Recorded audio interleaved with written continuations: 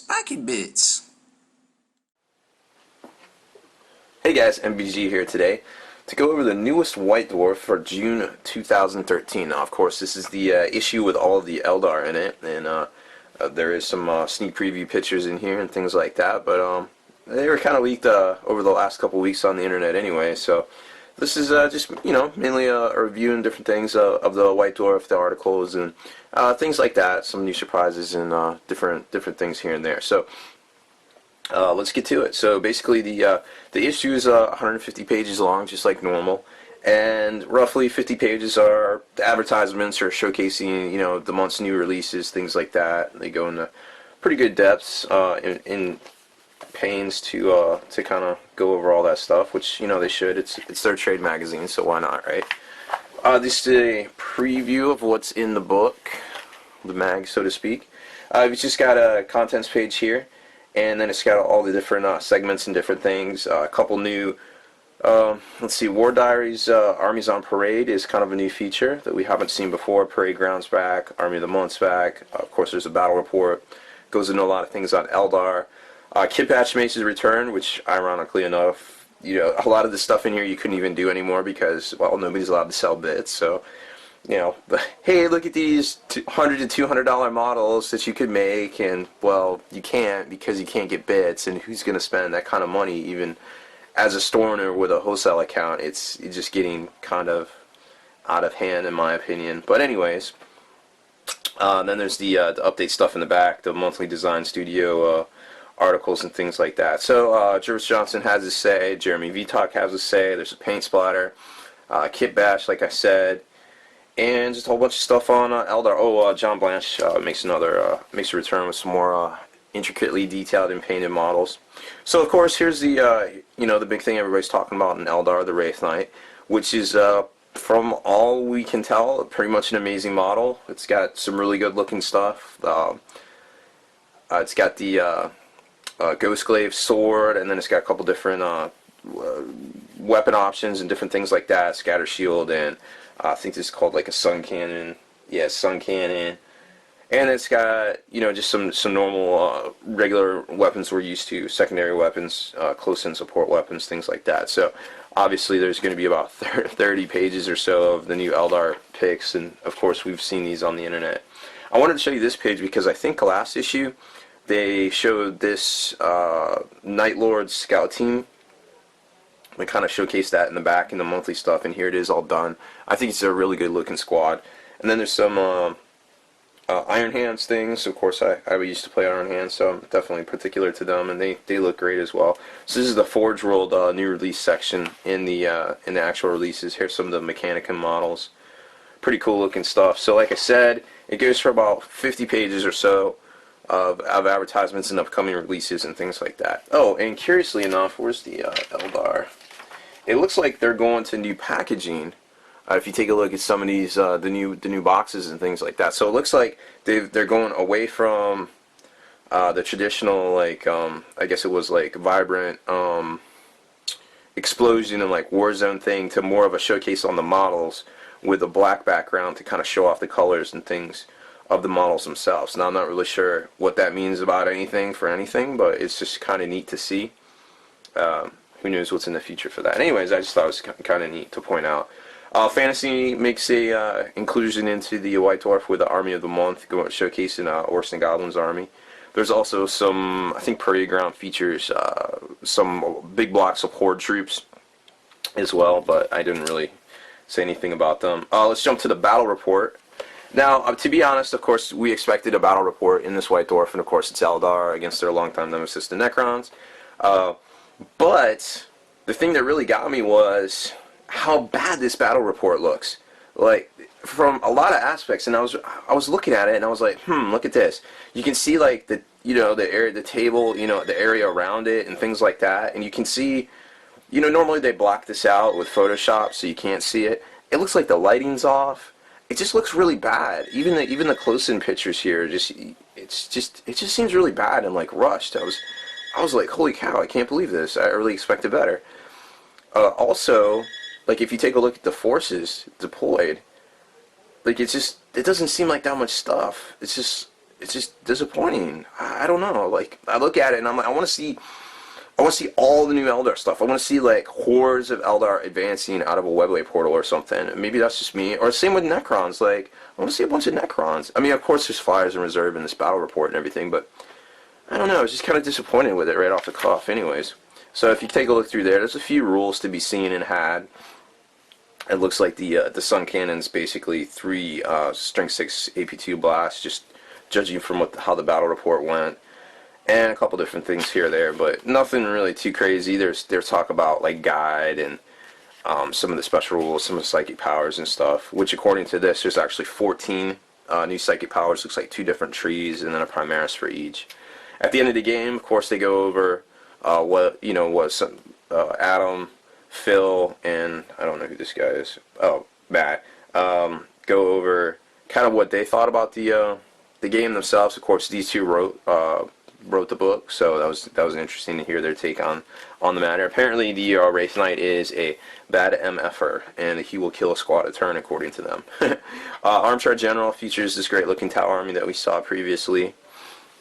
And then we skip to Blanjitsu, and I had a hard time trying to figure out what scale these models were.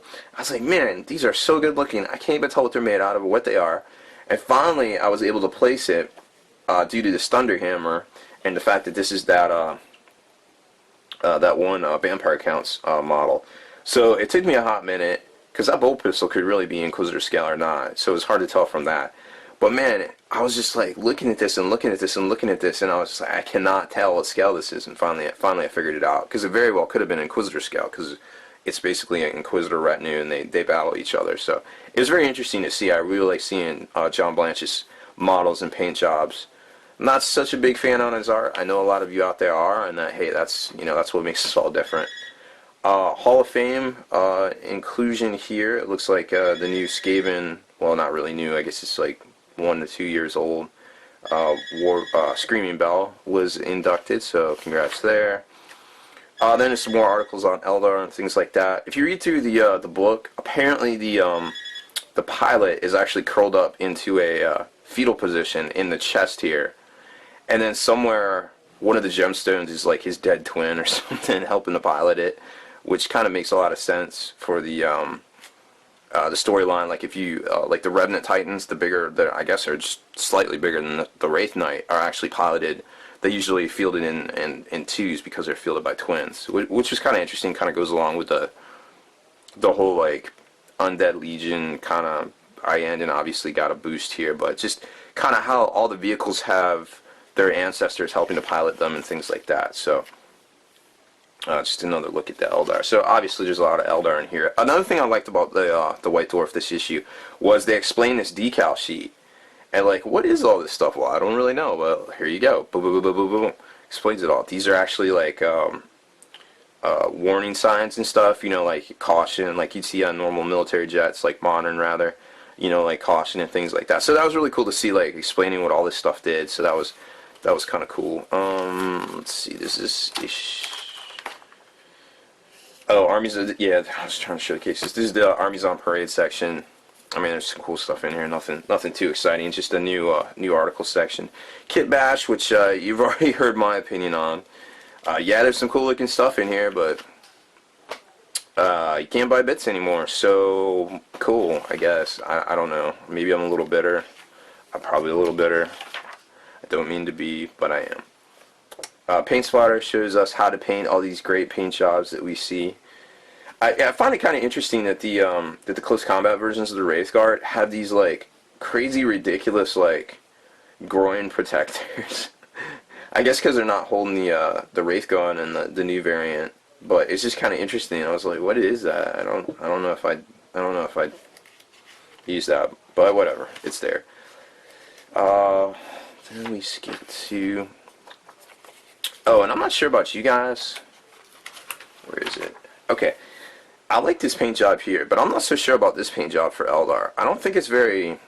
I mean, I see what they wanted to do with the Ulthway, like they wanted to spice it up a little bit, but I'm not really sure about this Enchanted Blue. It looks more like Black Legion used to look in like the 90s than Ulthway, so I don't know. I'm kind of on the fence about it. I think it would look good on other stuff, maybe not Eldar, But this article actually, and this is why I put the bookmark here, not to rant, sorry. This article actually, applying transfers, is actually really good, because a lot of people, one of the most common questions people ask me, like hobby-wise, is I have such a terrible time doing transfers. You know, what do you recommend? And this is a great tutorial, because what you want to do is you want to create a seal between the transfer itself and the paint. So, and they kind of explain this here, like, you know, you put down your varnish, and then you stick after it dries, of course, you stick the decal to it, right, and then you dry off the excess water, then you apply another coat of the regular just matte varnish, and then which it could be gloss too, it really doesn't matter, gloss actually helps break the tension of everything. And then when you do your matte coat at the end, it seals it together, and there's like this unbreakable layer. I mean, unless you took, like, you know, something sharp and scraped it off, but it'll look good, it'll look seamless, and it'll flow. Now, if you're talking about, well, hey, how do I get that to work on a Space Marine shoulder pad, because it's so, like, you know, convex and curved and everything, you can actually take an X-Acto and slice, like, say you're doing the Ultramarine U, you could slice up the middle of the U to try to help it to bend better. You just want to get rid of as much excess decal material as you can, so it can adhere to the surface and wrap to it a little bit better. So just a little word, you know, I get a lot of questions about this, so this is actually a very good article to check out in your spare time. Then we skip to the quick stuff in the back. There was a whole bunch of Eldar in here. I'm not really gonna go over a whole lot of it, but there's, you know, just some regular updates on the staff and what they're doing. And then here was a nifty picture I saw, you know, Wraith, you know, kind of the progression of Wraith. So that's quite a very convincing picture there. I think that picture speaks volumes. And then some of Jess's sketches, which, interestingly enough, 2011, we saw that the Farseer model was copyright 2012. So, you know, how long has this stuff been done? What's going on with production, etc., etc. There's a lot of questions out there, but this just adds a lot of fuel to the fire, I feel. And then they go into, and I didn't realize it till I saw this forward view, is the bunny ears, so to speak, on this version of the fighter. I'm not sure I would include those if I was going to build this. I think if I built this one, I would take those off, and I would put the fin, the razor, the little razorback kind of looking thing. But other than that, I really like the look of this. I just don't know what that's, I don't know. I'm not feeling that one. Anyways, that's just my personal opinion. Don't listen to me. So then Phil Kelly talks about what he feels like the Eldar is all about. Which, interesting enough, he makes a statement that, where is it? Howling Banshees are, Fire Dragons are the ultimate tank hunters in 40k, and what Howling Banshees are probably the fastest, most feared combat troops around. I certainly hope that's the case, because they really should be. The toughness 3, or the strength 3 rather, really wasn't cutting it, even if their opponents were doomed. I lost many squads of Howling Banshees thinking that was going to work. So that's pretty much it for this issue, and obviously a gorgeous picture of the Wraith Knight there. It was a pretty good issue. It's chock full of surprises for the Eldar. Oh, and if you logged on last night for the trying to get the new limited edition books and stuff, the Iandin book does not go on sale until June 9th. I made that mistake and tried to get it, and I couldn't find it. And then I looked in the White Dwarf, and it says it goes on sale June 9th. So if you're in the market for the Iandin book, which I am and I will get, and I'll definitely review for you guys, June 9th is the magical date for that. So just keep that in mind. See, I think that looks way better than the bunny ears. I think I might do that. I don't know. We'll see. Anyways, that's it for this episode of what's White Dwarf review and things like that. Thanks for watching my video. I'm MBG Rob Bear. Happy gaming. Spiky Bits.